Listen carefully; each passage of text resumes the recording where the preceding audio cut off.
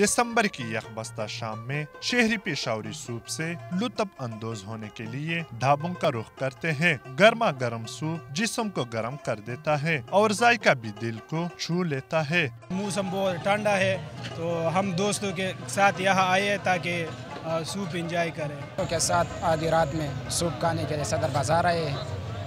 यहाँ सूप खाने का मजा ही कुछ और है। सूप के मजे लेने के बाद सूप और इलायची से बनी तंदूरी चाय की चुस्कियां भी रात देर तक जारी रहती हैं। साथ साथ दोस्तों की महफिलें भी जमी रहती हैं। मौसम ठंडा है, मौसम के हिसाब से यहाँ पे जो मटके वाला चाय मिलता है तो एक ज़बरदस्त यहाँ पे इन्होंने ये शुरू किया है निज़ाम।